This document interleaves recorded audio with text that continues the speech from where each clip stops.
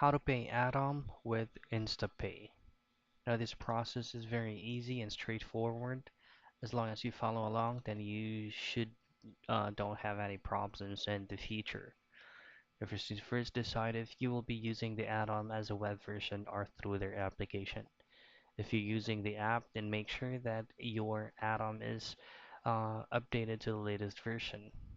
So if you're currently on an installment plan on add-on and wanting to pay it, then you can go ahead and double check if your Instapay is already verified and easy to use.